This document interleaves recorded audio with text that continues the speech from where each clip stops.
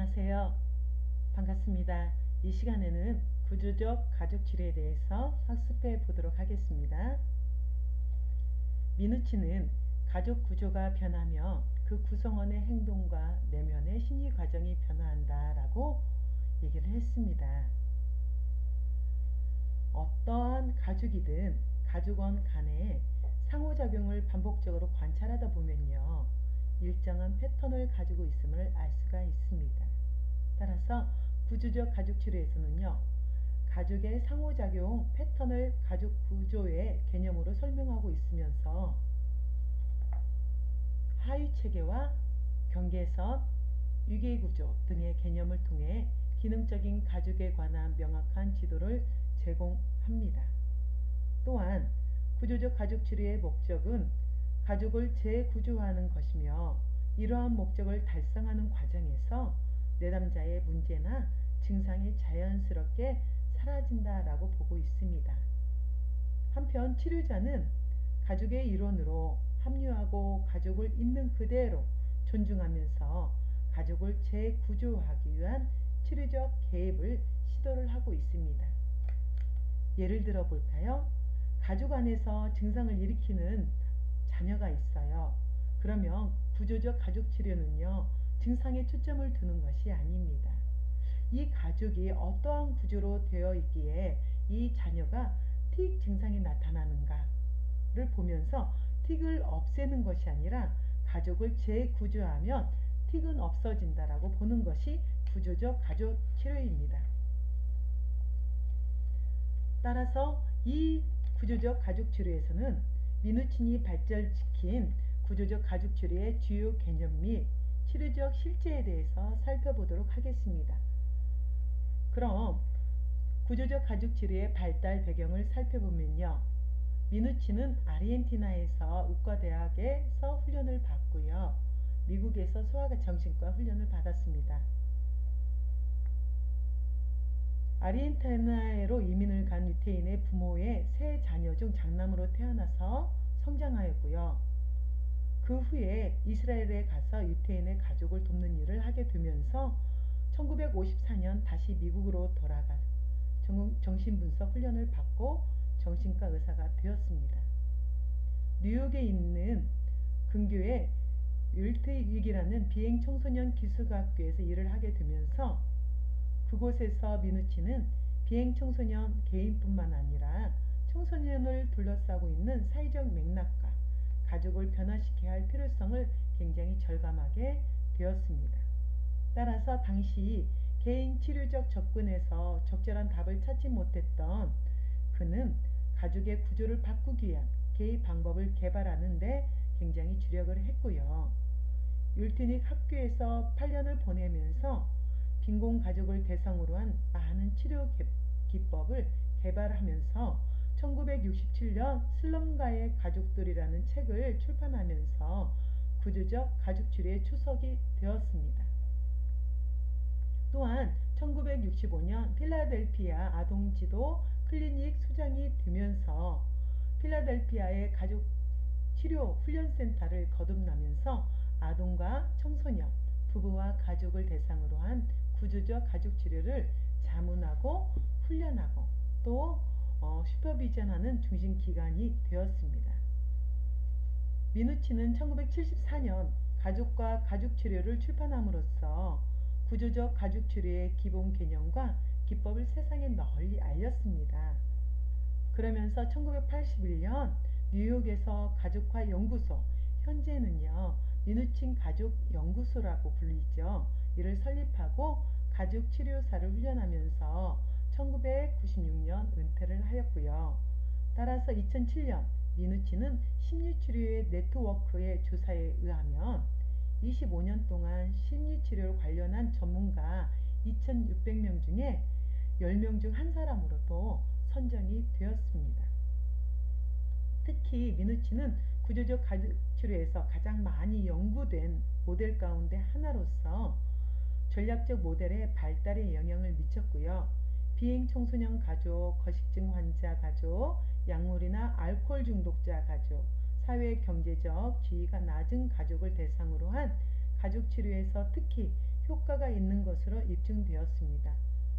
특히 가족 내 적절한 경계와 유계를 강조하는 동양 문화권에서 가족 문제를 사정하고 치료하는 데 효과적으로 평가되고 있었고요. 아프리카계 미국인이나 남미의 여러 나라 가족에서 구조적 가족 치료가 특히 효과가 있다라는 것을 알려졌습니다. 그러나 구조적 가족 치료는요, 가족에 미친 문화적, 사회적 그런 영향을 중시하였지만 페미니스트는 구조적 모델이 남성 중심적 문화적 규범을 표면적으로 지지하지 않았어도 어쩜 부모 하위 체계에 존재하는 그 권력의 불균형에 주목하지 않았음으로써 가족원 간의 힘의 불균형을 치료적 개입에서 다루지 않았다라고 비판을 하였습니다. 그래서 치료 과정에서 어쩌면 남녀의 서로 다른 경험을 존중하지 못하였다라고 비판을 받은 것이죠. 두 번째는 주요 개념입니다. 구조적 가족 치료의 핵심 개념은 가족 구조이지요. 가족 구조를 이해하기 위해서는 하위 체계와 경계선, 유계 구조를 이해해야 하는데요. 가족 구조는 눈에 잘 보이지 않고요. 식별하기가 쉽지 않죠. 따라서 눈으로 쉽게 식별할 수 있는 건물의 물리적 구조를 가족의 상호작용 구조로 이해하여서 은유적으로 사용했답니다. 이게 그림과 같이 집의 구조와 가족의 구조를 비교한 그림인데요.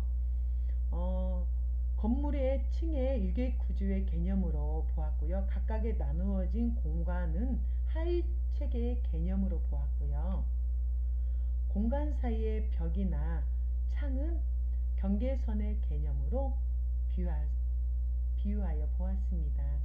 뿐만 아니라 각 부분의 기능도 비유될 수가 있습니다. 예를 들면 건물의 각 공간은 그 공간에서 수행되어야 하는 기능적 요구가 분명히 있잖아요. 가족의 하위 체계도 그 하위 체계나 가족 전체 체계가 존재하기 위해서는요, 기능적으로 수행해야 하는 그런 욕구가 분명히 있다라는 것입니다. 그럼 그 첫 번째로 가족 구조에 대해서 살펴보겠는데요.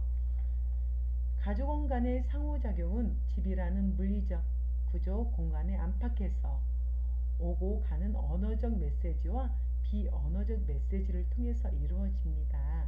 그럼 가족 구조라는 것은 가족 구성원이 상호작용하는 방식을 조직화하는 하나의 보이지 않는 기능적 욕구다라고 볼 수 있고요. 가족 구조란 반복적이고 체계화되어 있어서 예측할 수 있는 가족의 행동 양식입니다. 따라서 가족의 상호 교류 패턴을 유심히 살펴보면요. 누가 언제 어떻게 누구와 또 얼마나 자주 관계를 맺는지, 그래서 그들의 관계는 얼마나 친밀한지 파악할 수 있다랍니다. 반대로 누가 누구와 상호 교류를 하지 않는지, 그래서 소원한 관계인지도 파악할 수가 있지요. 가족 구조는 가족원의 행동 양식을 규정하는데 여기에는 두 가지 제한 요인이 있습니다. 첫 번째 보편적인 요인과 두 번째 특수적인 제한 요인이 있습니다. 보편적 요인은요, 대부분 가족에 적용되는 일반적인 규범 체계인데요. 대부분의 가족은 유계 구조를 확립하고 가족과는 서로 상부적인 역할을 수행함으로써 가족의 구조를 기능적으로 유지를 하게 되죠. 여기서 상부적인 역할이라는 것은 서로 간의 부족한 부분을 채워나가는 것을 우리는 상부적 역할이죠. 이것이 가족의 유계 구조에 가족원 간에 서로 나타나는 것이다 라고 볼 수가 있습니다. 예를 들면요, 남편이 지나치게 간섭하면요 어때요? 아내는 뒤로 좀 물러서서 좀 바라보는 경향이 있고요. 형이 지나치게 순하면은 동생은 다소 어때요? 거친 경향이 보일 수도 있다라는 거예요. 이것은 가족이 평형을 유지하기 위한 서로 보완적인 역할을 수행해야 할 필요성을 보여주는 것입니다. 두 번째 특수한 제한 요인인데요. 이것은 특정한 가족이 특정한 상호교류 패턴을 발전시킴으로써 가족원의 행동을 규제하는 것입니다. 예를 들면 우리 집은 대대로 기독교 가정이에요. 그래서 주일 예배 절대 빠지면 안 되고요. 또 식사도요, 같이 해야 됩니다. 그러면 이것은요, 앞에서 말했던 보편적이지 않는 가정이잖아요. 이 가정만의 특수한 요인이다라는 것입니다. 두 번째, 하위 체계입니다. 가족을 하나의 체계로 볼 때 가족 안에는 다양한 하위 체계가 존재하고 있죠. 개인은 가족의 하위 체계입니다. 그래서 부부나 부모, 어머니와 딸, 형과 동생 등 이인 관계도 하위 체계입니다. 이 하위 체계는 세대와 성별, 흥미, 기능에 따라서 형성될 수도 있습니다. 각 개인은 가족 내 다양한 하위 체계에 속하죠. 여성은 딸, 언니나 누나, 동생, 아내, 며느리, 어머니 이런 것이 될 수 있고요. 남성은 아들, 형, 동생, 남편, 아버지, 사위 등이 될 수가 있습니다.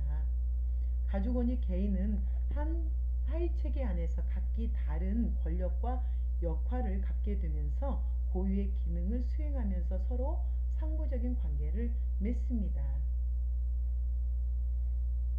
하위 체계에서는요, 네 가지로 분류할 수가 있는데요. 부부 하위 체계, 그 다음에 부모 하위 체계, 부모 자녀 하위 체계, 형제 자매 하위 체계 이렇게 나누어 볼 수 있는데요. 그 첫 번째 부부 하위 체계를 살펴보면요.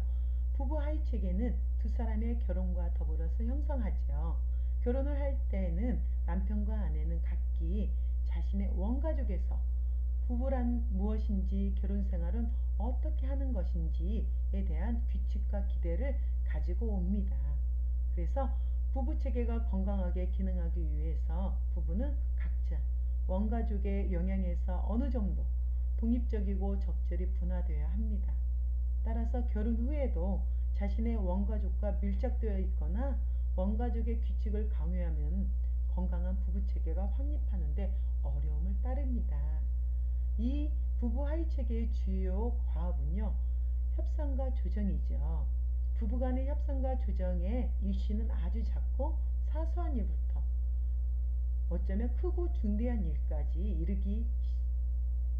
이르기까지 다양합니다. 예를 들면요, 부부가 종교가 서로 다른 경우가 있죠. 또 명절에 어느 쪽의 의례를 더 존중할 것인지 이것도 큰 사안에 속합니다. 또한 한편 잠자리에 들기 전에 아내는 조용히 혼자 있는 시간을 보내고 싶어 한다는 거, 또는 식사 준비를 하는 거, 애정 표현을 하는 방법 등 작은 일에 속하였지만 이런 사안 역시 적절히 서로 조정하지 못하면 어떻게 될까요?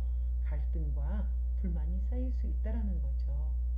그래서 부부는 어느 한쪽에 전적으로 희생하기보다는 각자의 능력과 자원, 고유성을 서로 존중하고 지원함으로써 서로의 자아 실현과 성장을 상호 지원해야 한다는 것입니다.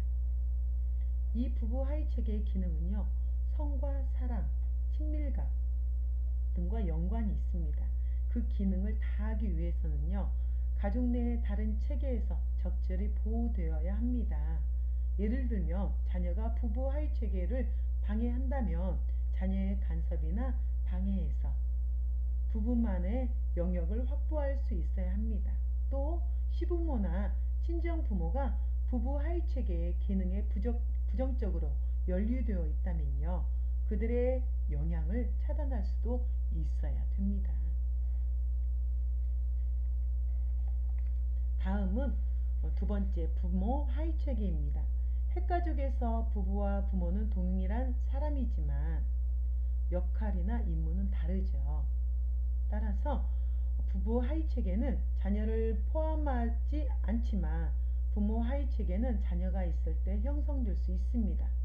부부 하위 체계에서는 사랑과 성, 친밀감의 교류가 중요하지만 부모 하위 체계의 주요 기능은 자녀 양육, 지도, 통제와 연관이 됩니다.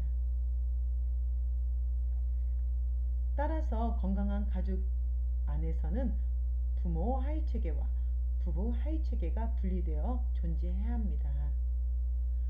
부모 하위 체계의 기능은 자녀의 연령이나 발달 단계에 따라 달라집니다. 예를 들면 자녀가 영유아 시기일 때는요.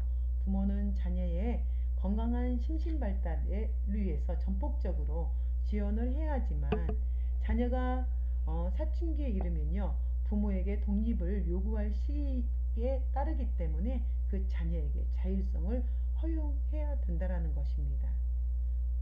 또한 자녀가 결혼하면요. 자녀의 부부 체계가 건강하게 확립될 수 있도록 충분히 독립적이어야 합니다. 세 번째, 부모 자녀 하위 체계입니다. 부모 자녀 하위 체계는 부모와 자녀로 이루어지면서 아버지와 아들, 어머니와 딸, 아버지와 딸, 어머니와 아들 이렇게 이루어질 수 있는데요. 이 하위 체계는 세대가 다른 사람으로 구성된다는 특징이 있어서 이 하위 체계의 가장 중요한 측면은 유계 구조의 확립입니다.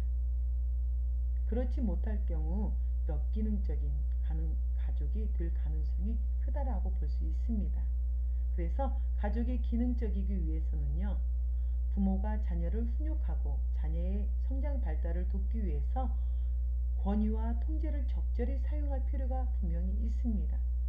그랬을 때 가족원 모두가 동등한 권리를 갖는 민주주의가 되어서는 안 된다라는 것입니다. 네 번째, 형제 자매 하위 체계입니다. 이 하위 체계는 동일한 세대에 속한 형제 자매로 구성되어 있고요. 어른에게 부과되는 책임감 같은 것은 없이 자녀로 존재하면서 여러 가지 시도할 수 있는 사회적인 실험실과 같다라고 비유할 수가 있습니다. 자녀들은 형제 자매의 하위 체계 속에서 서로 지지하고 분화하고 희생하는 법을 실험하고 배웁니다. 여기에 주요 과업은요.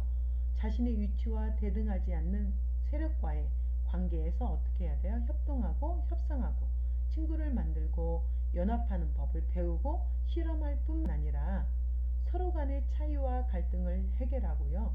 상대방에게 복종하고 반대하며 자신을 보호하거나 체면을 지키는 법을 실험하고 배울 수가 있습니다. 따라서 형제자매 하위체계가 기능적이기 위해서는요. 부모 하위체계에 대항하여 자신들만의 세계와 흥미를 개발하고 확립할 수 있어야 하고요. 사생활이 보호되고 시행착오의 자유를 확립할 수 있어야 됩니다. 형제 간의 상호작용과 실험실의 부모가 잘못 또는 부적절하게 개입하면 더 큰 문제가 발생할 수 있다는 것이죠. 그래서 성장 과정에서 정상적으로 일어날 수 있는 자매 간의 갈등과 동맹의 부모가 잘못 힘을 실어준 결과에 따라서 그 상황은 더욱 심각해질 수가 있습니다. 세 번째는 경계선입니다. 경계선은 눈에 보이지 않지만 가족원 개인과 하위체계의 안팎을 구분하는 선이고 가족원 사이에 허용되는 접촉의 양과 종류를 규정하고 있습니다. 즉 경계선은요. 누가 어떻게 참여하는가를 규정하는 규칙인데요. 경계선을 통해서 개인 혹은 하위체계 간 친밀함의 정도가 있고요. 정보의 상호 교환 정도가 있습니다. 또 문제 해결을 위해서 서로 상호 교류하는 정도를 파악할 수가 있습니다. 경계선은 인간의 정체성 확립에 대한 욕구와 관련이 큰데요. 인간은 본질적으로 어때요? 자율적이고 독립하고자 하는 욕구를 가지고 있습니다.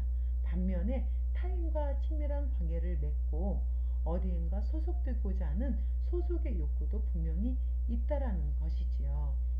그래서 구조적 가족 치료에서는 경직된, 명확한, 밀착된 또는 모호한 경계선이라는 세 가지 범주를 제시를 하고 있습니다. 여기에서 첫 번째 경직된 경계선은요.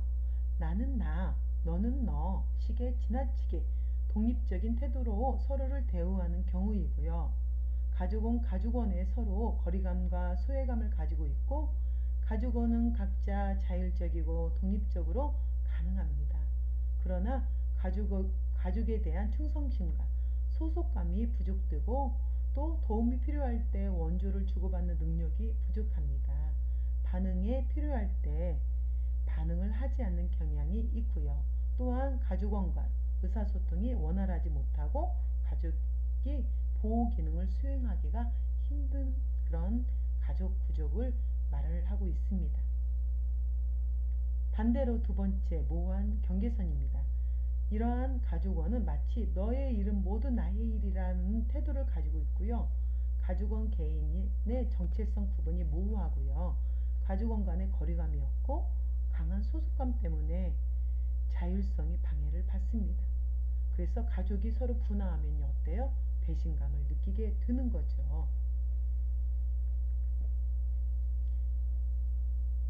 세 번째, 명확한 경계선입니다.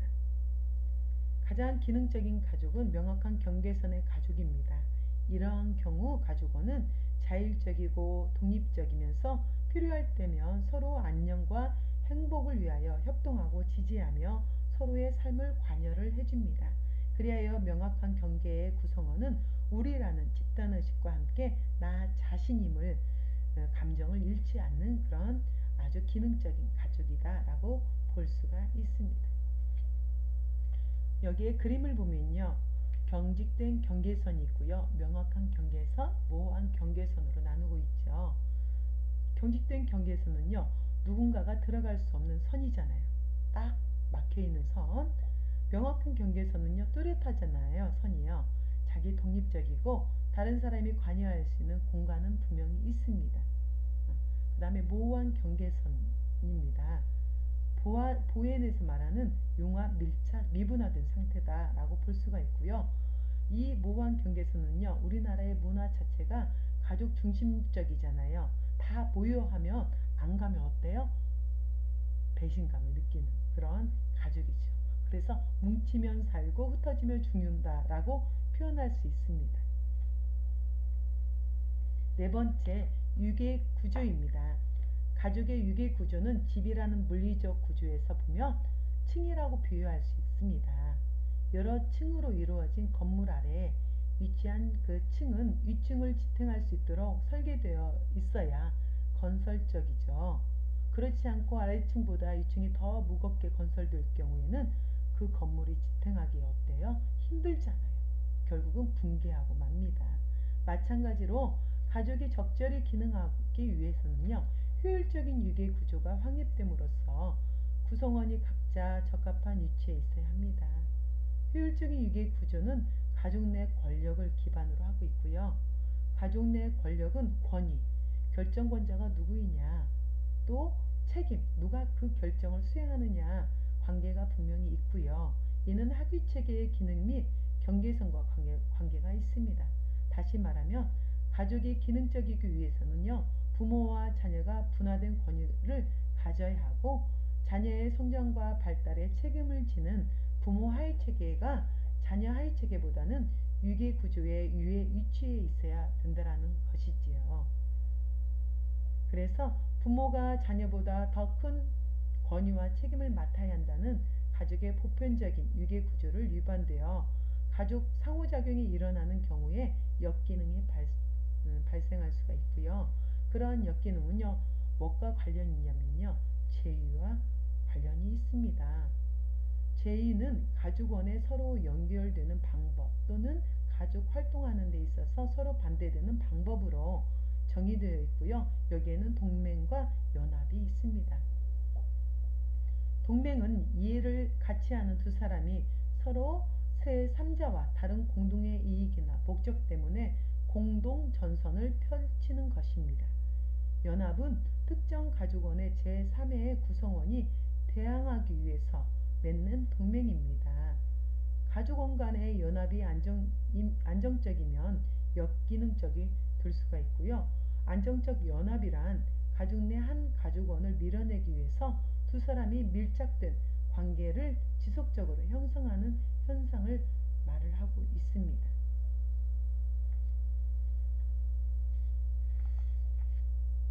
따라서 여기에서 안정된 연합, 예를 들면 고부간의 갈등 때문에 가족의 유계 구조가 무너지고 역기능이 될 수 있다는 것이죠. 그 다음에는 우회 연합입니다.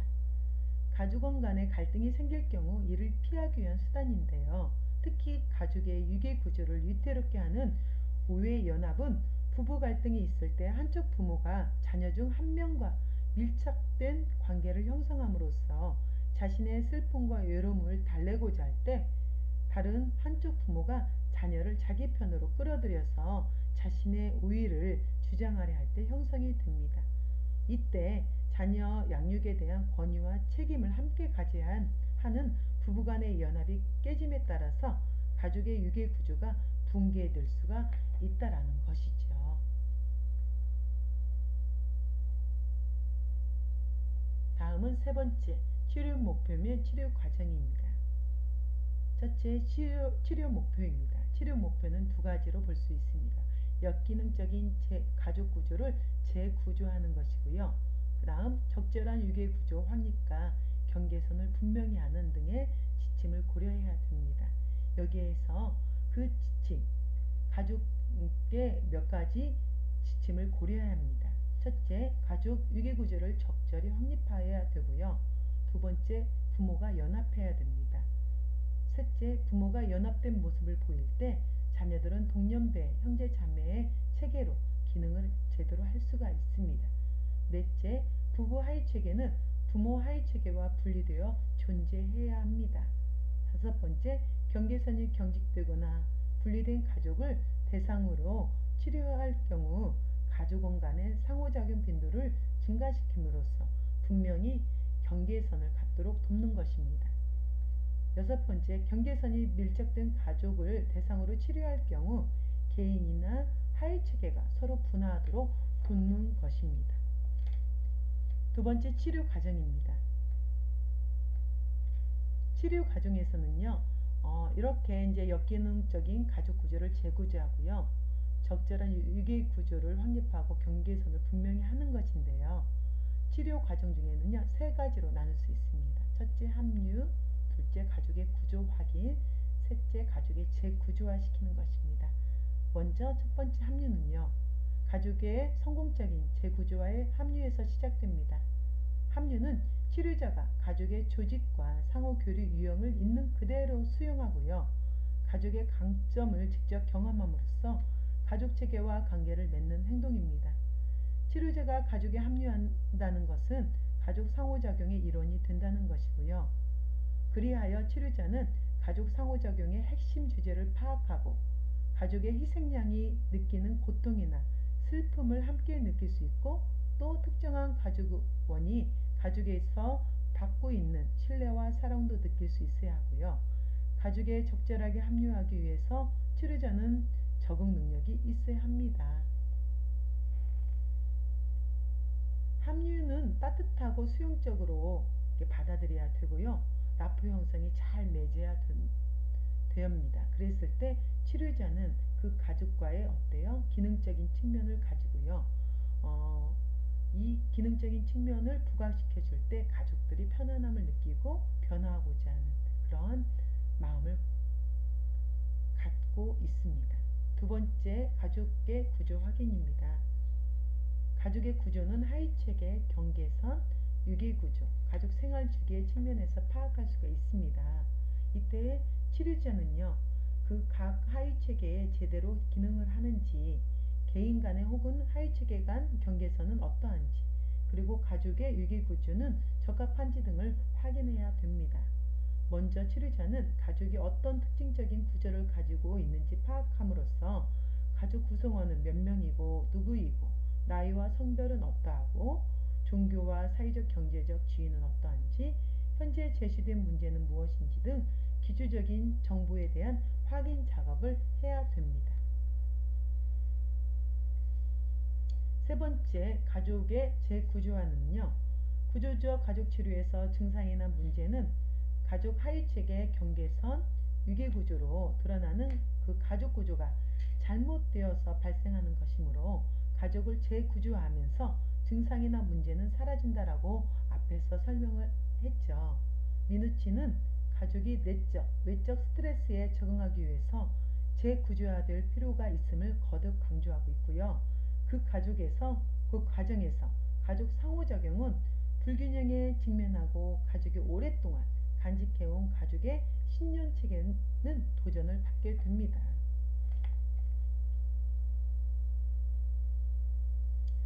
세 번째, 가족 평가의 4단계 모델을 설명해 드리도록 하겠습니다. 미누치는 1960년대와 70년대에 개발한 초기 모델의 과정이라면요. 미누치는 삶의 후반기 1960년도에 개발한 이론적 개념을 충실히 유지하면서 시간의 흐름에 따라서 자신의 시간 또 사상 경험과 더불어서 가족의 평가와 치료 방향을 제시를 하기 위해서 좀 더 새롭게 더 넓은 렌즈를 발전시켰다라고 볼 수가 있습니다. 최근에 이제 미누친의 가족평가 4단계 모델을 지금 설명을 해드릴 텐데요. 1단계에서 4단계까지 소개를 해드리겠습니다.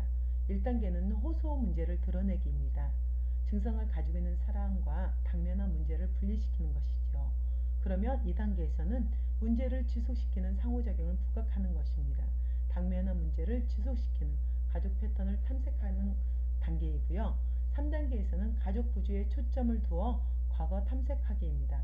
가족원들이 과거에서부터 가지고 와서 현재까지 영향을 주는 관건이 되는 것이 무엇인지 탐색해 보는 것입니다. 4단계는요. 대안적인 관계 방식을 모색하는 것입니다. 문제를 재정의하고 다른 선택을 할 수 있도록 열어두는 것입니다. 네 번째, 치료자 역할 및 치료 기법입니다. 첫 번째, 치료자 역할입니다. 가족 재구조화라는 치료 목표를 달성하기 위해서 구조적 가족 치료자는 몇 가지 역할을 해야 됩니다. 그 첫 번째는요. 가족 구조의 개념에 대한 지식과 신념을 가지는 것이고요. 가족 구조를 나타내는 가족의 상호 교류와 그 패턴을 관찰해보고 현재의 가족 구성원과 가족 환경을 고려하여 이 가족의 이상적인 구조가 무엇인지를 명확히 판단해야 됩니다. 또한 치료자는 지도자의 역할을 맡는 한편 치료 목표를 달성하기 위해 가족에 합류하고 가족을 수용하며 존중하면서 가족의 상호작용에 적응해야 합니다. 치료자는 가족을 존중하지만 확고한 방법을 개입함으로써 변화되기를 원하는 바 치료 시 일어날 수 있도록 돕습니다. 또한 가족 구성원을 지원하고 그들이 치료 시간에 새로운 방법을 시도할 수 있도록 도우면서 그들의 시도와 성공을 인정하고 칭찬해야 합니다. 이런 과정에 미누친과 같이 역동적이고 강압적인 방법으로 진행될 수 있도록 그렇지 않을 수도 있다라고 보고 있습니다. 그러나 변화가 일어나기 위해서는요. 분명히 치료자는 가족의 주의와 관심을 집중시킬 수 있을 만큼 확고하고 분명한 입장에서 치료 강도를 조절해야 한다라고 시사하고 있습니다. 두 번째, 치료 기법입니다. 치료 기법에서는요. 세 가지로 볼 수가 있습니다. 첫 번째, 합류를 위한 기법입니다. 합류를 위한 기법에서는요. 세 가지로 유지, 추적, 모방을 설명하고 있는데요. 유지라는 것은 치료자가 가족 구조를 지각하고 분석할 때 가족 구조를 의도적으로 지지해주는 기법입니다. 그래서 승인하고 지지하는 것을 포함하죠. 예를 들면 어머니의 지도력이 강한 가족에 합류할 경우 어머니의 그러한 위치를 인정하고요. 어머니를 통해서 자녀와 접촉하는 것입니다. 그 다음에 두 번째, 추적입니다. 추적은 마치 레코드판의 홈을 따라서 움직이는 바늘과 같이 치료자가 가족의 의사소통과 행동의 내용을 따라가고요. 그것이 계속되도록 격려하면서 가족에 합류하는 기법입니다. 예를 들면요. 가족의 이야기를 들으면서요. 네, 그렇군요. 네. 라고 같은 말을 하면서 가족이 자신들의 이야기를 계속하도록 격려하는 것을 말을 하죠.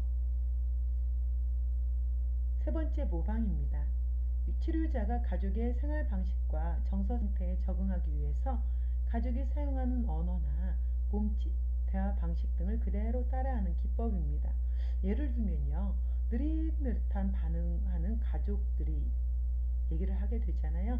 그러면 치료자도 역시 마찬가지로 느릿느릿 그대로 따라하는 기법입니다. 제 아내가 성급히 참 성격이 급해요 라고 치료자가 말을 하면요, 저도 성격이 불같은 여자와 살고 있어요 이렇게 말을 한다든지, 아이고 정말 우리 아이들이 사춘기라서 그런지 부모에게 반항이 너무 심해요 이렇게 말을 하잖아요. 그러면 어머니 저도 사춘기 아들이 있는데요, 말대꾸를 너무 해서 정말 한 대 쥐어받고 싶어요 이렇게 함께 모방을 통한 합류입니다. 이해하셨습니까? 그 다음에 두 번째, 가족 구조의 확인 기법입니다. 여기에도 세 가지: 관찰, 실현, 구조적 지도가 있습니다. 관찰입니다. 가족이 치료자의 개입 없이 자발적으로 하는 행동을 관찰함으로써 가족 구조를 확인할 수가 있습니다. 예를 들면요, 가족이 치료실에 들어올 때 보이는 그런 상호작용 방식이 있는데요, 가족 구조에 중요한 단서로 제공할 수가 있습니다. 부부가 멀리 떨어져 앉아 있어요. 또는 어머니와 큰아들이 옆에 너무 달라붙어 있어요. 아버지는 뒤로 물러서 있는 경우도 있고요. 이럴 때 부부는 경직된 경계선을, 어머니와 큰아들은 모호한 경계선을 형성한다라고 우리가 예측할 수가 있습니다. 두 번째, 실현입니다. 가족 구조는 치료자가 실현을 통해서 확인할 수가 있는데요, 실현은 치료자가 가족에게 요청하여서 가족의 상호작용을 치료실에서 실제로 행동을 보이도록 하는 것입니다. 가령 자녀의 행동 문제를 부모가 어떻게 다루는지 치료실에서 직접 논의하도록 요청할 수가 있고요. 부모가 논의하는 가운데 장녀가 아버지의 말에 적극 동의한다면 이는 장녀와 아버지 간의 연합 또는 모호한 경계선, 장녀와 어머니 간의 경직된 경계선, 자녀와 세대 차이의 중개 역할을 하면서 부모 간의 연합이 약하다는 가족 구조를 드러낼 수 있습니다. 그래서 실현을 관찰하는 동안에 치료자는 바로 가족의 재구조화 작업을 진행할 수도 있고요, 가족의 상호 교류를 다른 방식으로 시도하도록 제시할 수가 있습니다.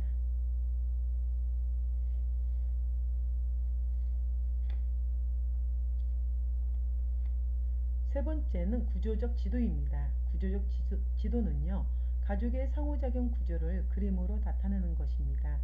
치료자는 구조적 지도를 통해서 가족의 상호작용 구조를 간략하게 나타냄으로써 변화 과정을 평가하거나 치료 목표를 설정하는 데 도움이 됩니다. 249페이지에 보면요, 그림 6-5에 구조적 지도의 예가 있고요, 248페이지 그림 6-4에 보면요, 구조적 지도의 기호가 있죠. 한번 여러분들이 참고해 주시기 바랍니다. 세 번째, 가족 재구조의 기법이 있습니다. 여기에도 긴장 구조 기법과 증상 활용 기법, 과제 부가가 있습니다. 가족을 재구조하기 위해서는 치료자는요, 이 세 가지라는 기법을 사용해야 합니다. 첫째, 긴장 구조 기법입니다. 구조적 치료자는 가족 체계의 여러 부분에서 스트레스를 증가시키지 않는 긴장 고조 기법을 사용함으로써 가족이 재구조하도록 돕습니다. 긴장을 유발시키는 것이죠. 가족이 평소 의사소통 패턴을 방해하는 것입니다. 예를 들면요, 치식 가족에게 부인은 남편의 의견을 대변해 주는 역할을 합니다. 치료자가 남편에게 질문하자 부인이 남편의 의견을 대시 말할 때 치료자는 부인 잠깐만요 하고 말을 중단시킨 후 저는 남편분의 의견을 직접 듣고 싶군요 라고 하면서 남편이 자신의 의견을 직접 말할 수 있도록 합니다. 이렇게 가족 체계에 스트레스를 증가시키는 또는 다른 전략은 가족이 무시해왔던 차이점을 들춰냄으로써 갈등을 공개적으로 토론하고요, 가족이 차이점에 부여해왔던 그런 부정적인 의미를 되돌아보도록 하는 것입니다. 이렇게 가족의 내재된 갈등을 표면화시킴으로써 가족 체계의 긴장을 증가시킬 수가 있습니다. 긴장 구조 기법은요, 가족이 지켜온 평생 상태에서 벗어나서 재구조하도록 돕는 기법입니다. 여기에서 강조 기법이 있는데요, 강조 기법은 가족 상호작용의 흐름을 막는 데 사용하는 기법이라면 능력 형성은 물주기의 방향을 바꾸어 상호작용을 수정하든지 또는 다른 방법을 취하는 것입니다. 두 번째, 증상 활용 기법입니다. 치료를 요청하는 가족은 증상을 가진 IP에게 초점을 맞추기를 기대하는데, 치료자는 가족의 이러한 경향에 도전하거나 제시된 증상을 직접 다룹니다. 몇 가지 전략을 보면요. 증상 초점 맞추기입니다. IP의 증상은 대개 가족이 스트레스를 해결하는 방법으로 기능하기 때문에 가족의 상호작용에 의해서 지지를 받는데요. 이때 치료자가 증상에 초점을 둔 과제를 부여하거나 증상과 관련된 상호작용 실현을 하게 하거나 증상을 계속 유지하도록 할 때, 가족은 증상을 둘러싼 그런 가족 상호작용에 새로운 의미를 부여하거나 증상을 새로운 각도에서 바라볼 수가 있습니다. 그 다음에 증상을 과장하기입니다. 예를 들면 증상을 과장하여 표현하도록 하는 전략으로 증상 처방이라고 불리죠. 예를 들면요, 행동치료에서는 홍수 기법이라고 하죠. 잠이 안 와요. 그러면 내가 안 자는 거야. 나 안 잘 거야. 그냥 내가 자지 않는 거야. 내가 일부러 안 자는 거야. 라고 했을 때 내가 잠을 통제하는 거. 근데 잠을 잤어? 그럼 더 좋은 거죠. 또 증상에 무관심하고 새로운 증상을 이동하는 것입니다. 증상에 의도적으로 무관심하고 증상을 둘러싼 가족의 내재된 갈등이나 다른 증상에 초점을 두는 것입니다. 그 다음엔 증상을 재명명하는 거죠. 증상이란 겉으로 표현된 개인의 부정적인 정서나 행동, 상태이죠. 그래서 구조적 가족 치료에서 볼 때 증상은 역기능적인 가족 구조의 표현입니다. 증상을 재명명한다는 것은 증상이 역기능적인 가족 구조를 표현하거나 연관이 있다고 재정의해서 말하는 것입니다. 그래서 예를 들면 대학생 딸의 식이장애는 부모의 통제에서 벗어나 독자적인 생활을 하려는 시도다라고 재명명할 수 있다는 것입니다. 세 번째, 과제 부가죠. 마지막 세 번째, 가족의 재구조화 기법에서 마지막 과제 부가는요. 과제는 치료자의 가족의 재구조화 진행되는 과정에서 자연스럽게 이루어질 수 없었던 그 영역을 지적하고 활성화시키기 위해서 사용할 수가 있습니다. 그래서 따라서 가족이 과제를 수행하도록 함으로써 치료자는 가족의 재구조화를 도울 수 있을 뿐만 아니라 가족의 구조를 관찰할 수 있는 또 다른 기회를 가질 수가 있습니다. 자, 이상과 같이 구조적 가족 치료에 대해서 얘기를 나눴는데요. 우리는 이 모델의 고정관념적인 성역할, 사회화 과정에서 남녀 차이에 주의를 기울이지 않았고, 치료 과정에서 남녀의 서로 다른 경험에 주의를 기울이지 못하고 그러한 차이를 존중하지 못한다는 그런 한계성이 있었습니다. 또한 구조적 모델은 주로 현재의 핵가족 역동에 초점을 둠으로써 세대 간 전수되는 그런 가족 역동이나 원가족과의 관계 문제를 적절히 다루지 못한 데 또 한계점이 있습니다. 그러나 구조적 가족 치료는요, 가장 많이 연구되고 실행된 모델 가운데 하나로서 비행 청소년, 거식증 환자, 약물이나 알코올 중독자, 또 가족의 사회 경제적 지위가 낮은 그런 가족의 치료에 특히 효과가 있는 것으로 널리 알려져 있다라는 것에 이 시간 학습자에게는 큰 도움이 되었을 것이라고 생각이 듭니다. 이상 여기까지 구조적 가족 치료에 대해서 살펴보았습니다. 다음 강의는 전략적 가족 치료입니다. 감사합니다.